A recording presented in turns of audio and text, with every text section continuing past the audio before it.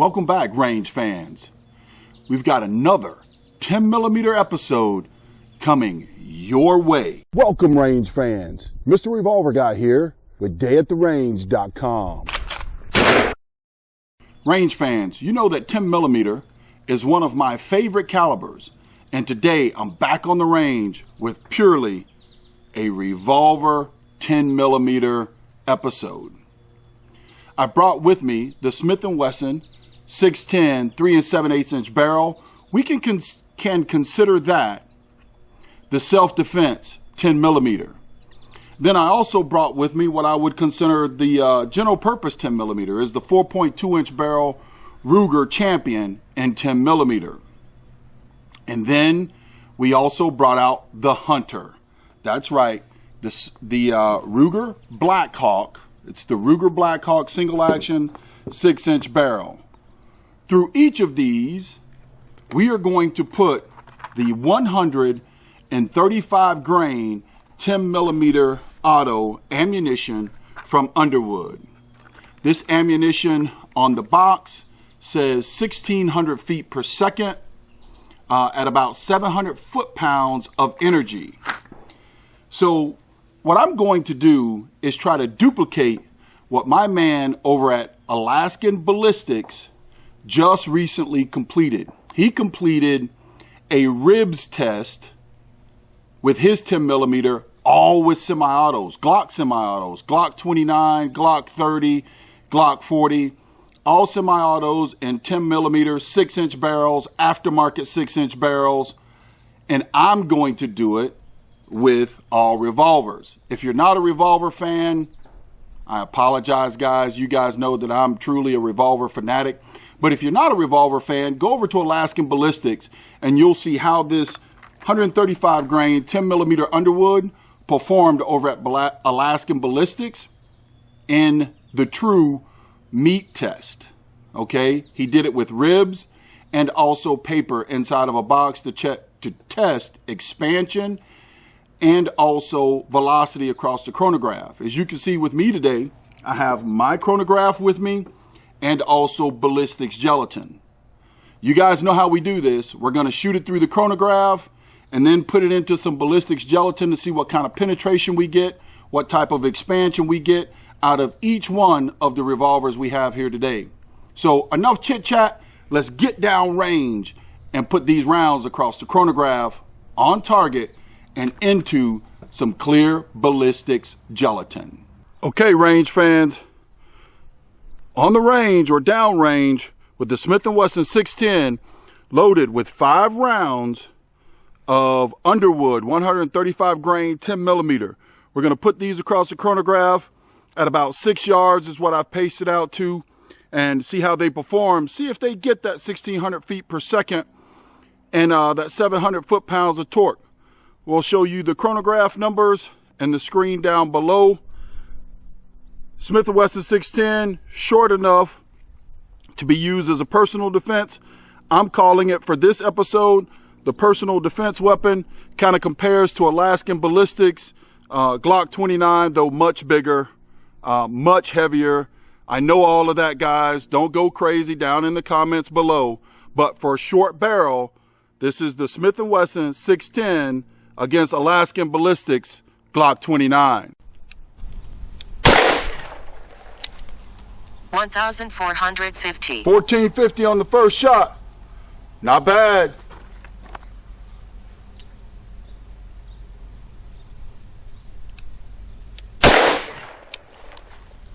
Right on top of one another. 1,443.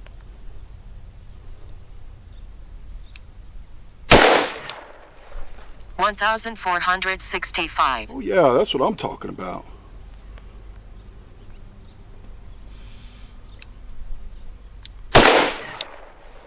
1,466.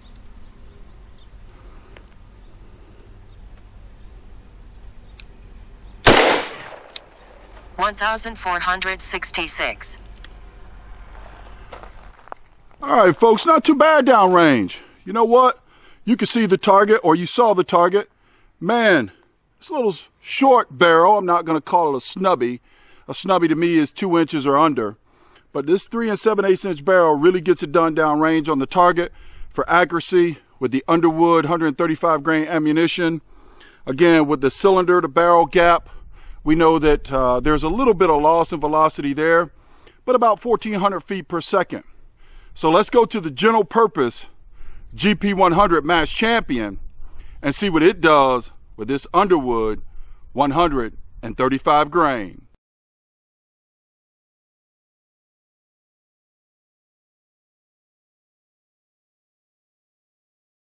All right, folks, we're going to put the GP100 with the Underwood 10 millimeter 135 grain ammunition across the chronograph. Then we're going to go into some ballistics gel. I have a little bit of a snafu I want to tell you about. I'm only going to fire 4 rounds across the chronograph to ensure I have at least 3 rounds left for the Smith & Wesson 610, the Ruger GP100, and also the Blackhawk to put that into ballistics gel. So stay tuned till the end. We are going to put these rounds into clear ballistics gelatin and see how well they do. Let's get it downrange with the GP100.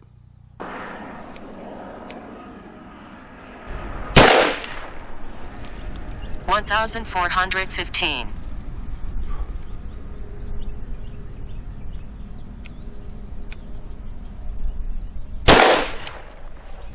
$1,458. Last round.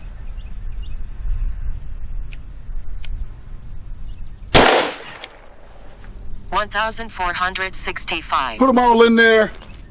Probably me, but I think it's about the same as the Smith & Wesson 610, or the velocity there is about 1,450 feet per second out of this 135 grain 10 millimeter ammo from Underwood. Might be me, but doesn't seem to be as accurate as the old Smith & Wesson 610.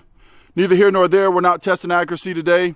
When I do, it'll be with the Ransom West. So stay tuned. That might be something coming our way, is the Ransom West with 10 millimeter and the GP100. Let's move on to the Hunter, the Ruger Blackhawk 6-inch barrel, folks, with this 10 millimeter.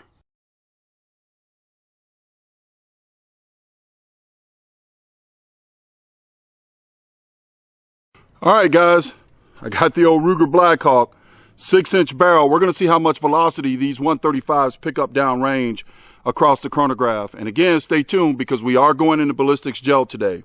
I got a new target up downrange. Let's see what the speeds and the accuracy is for what I call the Hunter of the bunch in this Ruger Blackhawk.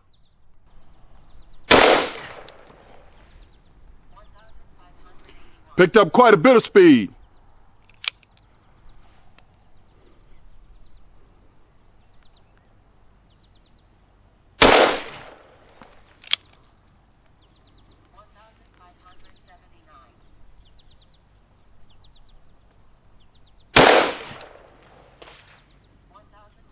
There's that 1,600 feet per second, folks. On the third shot, let's see what the fourth has.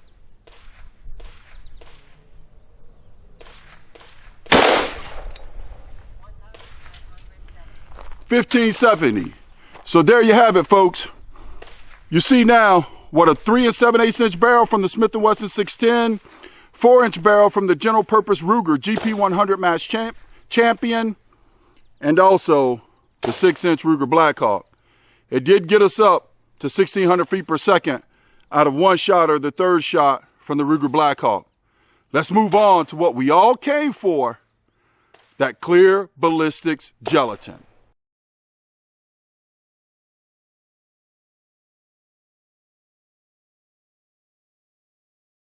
All right, folks, this is the gel test, what we all been waiting for. We're going to put this Smith & Wesson 610 3 7/8 inch barrel loaded with 135 grain Underwood ammunition to the test in the clear ballistics gelatin. Also, folks, I apologize about the earlier film. My GoPro 4, I think, is giving out on me, or at least in days above 90 degrees, it gets hot and turns off. So I missed some of the chronograph results from the Blackhawk, but we'll display that in the description down below. Let's see what this thing does in the clear ballistics gelatin.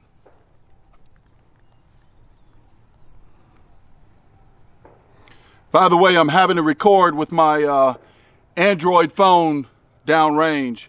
So the secondary film or the B footage, please give me a little bit of pass this time. It is a one-man show, folks, but a lot of fun for me, and I hope informational for you.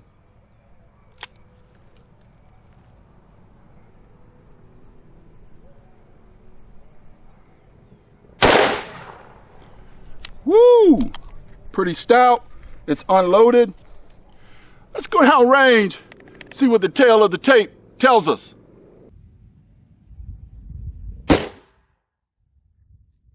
All right, folks. Man, that Underwood ammunition, it expanded pretty good. Let's take this cell phone off the tripod. And there you see it. That's the first clear ballistics gelatin block. You can see there, it opened up pretty gnarly. Man, it left a lot behind in debris. So I'm not sure how much weight it retained, but you can see there, it started there, travel down. This is a 16-inch clear ballistics block. I'm not sure how much penetration we got. We'll go top shot. That's what it looks like from the top, folks. And you can see there, left quite a bit behind. Let's break out the tail of the tape. All right, guys, I think the tail of the tape tells us that out of the Smith & Wesson 610 3 7/8" barrel, it gives us about 11 3/4 inches, maybe 11 7/8 inches there.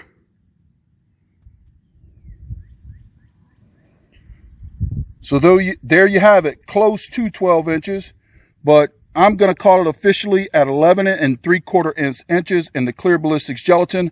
We're going to move over to the GP100, general purpose revolver. Could be used in self-defense, urban woods carry. Let's move on to the GP100. We got 11 3/4 inches out of the Smith & Wesson 610. We're moving on to the general purpose Ruger GP100 match champion. See what this thing does in the clear ballistics gelatin. Made that tape jump down range. We got a safe pistol. Let's go down range and see what it did in this clear ballistics gelatin.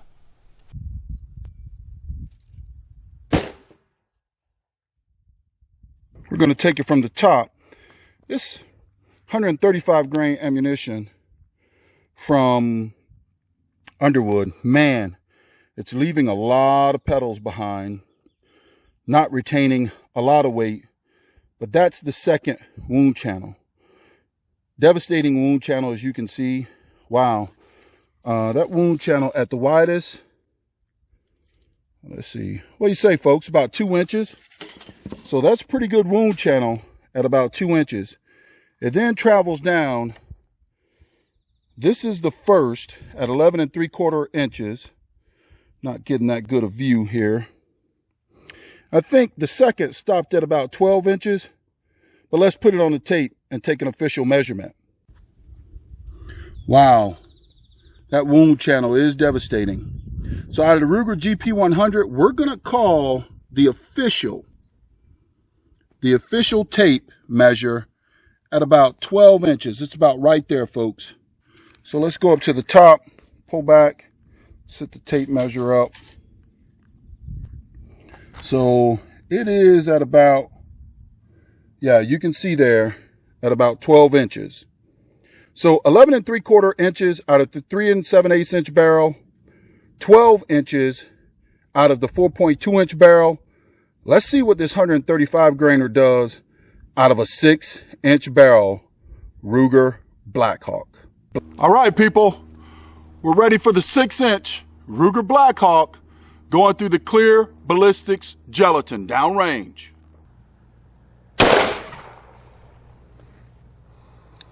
Woo, made it jump. Did I put it? I hope I didn't miss the gel, folks. Let's go down range and take a look. All right, guys, sorry for the footage today. Man, it is scorching hot out here. Even my Android turned off, saying that it was too hot to use the camera. I had to let the camera cool down. So I missed some footage, guys. Totally apologize for that. Trying to bring this footage and this demonstration to all the range fans. So I guess I can't blame my GoPro, but there you see the third shot. Unfortunately, I lost the bullet into the backstop. The third shot came here, and there's the wound track. Well, it did traverse through all 16 inches of the first block and actually went about 6 inches deeper out of the 6-inch barrel Ruger Blackhawk and came out of the top there. But as you can see, it's leaving all sorts of debris behind. So I am going to call the Ruger Blackhawk shot at about 20 inches on tail of the tape. So out of the Smith & Wesson 610, you have 11 3/4 inches there. And then out of the Ruger GP100 General Purpose, the GP100, that's not what it stands for, folks, but that's what I'm referencing it at. You can see that came in at right about 12 inches. But that 1,600 feet per second out of the Underwood, man, wow. 1,600 feet per second out of the Ruger Blackhawk 6-inch barrel. It leaves all sorts of debris behind, penetrates through all 16 inches into the second block, about 6 inches into the second block. So it's probably around 20 to 22 inches, somewhere up in there, but you can see it exits out of the top of the block there, and it's leaving all kind of debris behind. So there you have it, 3 7/8 inch barrel. So there you have it, 3 7/8 inch barrel at 11 3/4 inches, 4-inch barrel at 12 inches, and 6-inch barrel. I'm going to call it officially at 20 inches since I couldn't recover the round. Goodness gracious, folks, there was so much debris left behind in the Underwood 135 grain bullet that I'm not going to dig these out and show them to you. Got to cut this gel up and reuse it for next time. So stay tuned to dayattherange.com and tell me what you think about the Underwood 135 grain 10 millimeter 1,600 feet per second ammunition.